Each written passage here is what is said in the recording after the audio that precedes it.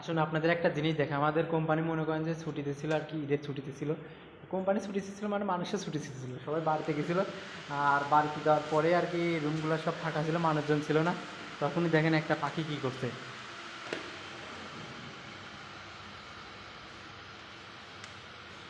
এখানে আর কি বাসা বাঁধার পরে ডিম পাড়ছে।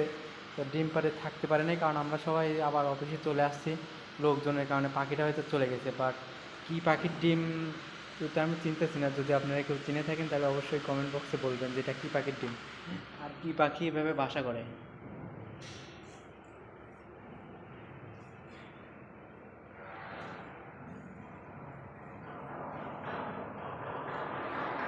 এখানে রাখি দেওয়া হয়েছে, যদি পাখিটা ব্যাক আসে তাহলে বুঝতে পারবে, সমস্যা নেই। কিন্তু এটা অসম্ভব, কখনোই মানুষ যেখানে থাকে সেখানে এত কাছে পাখি জীবনেও আসবে না, আর এই ডিমটা জীবনেও ফুটবে না, নষ্ট হয়ে যাবে আর কি।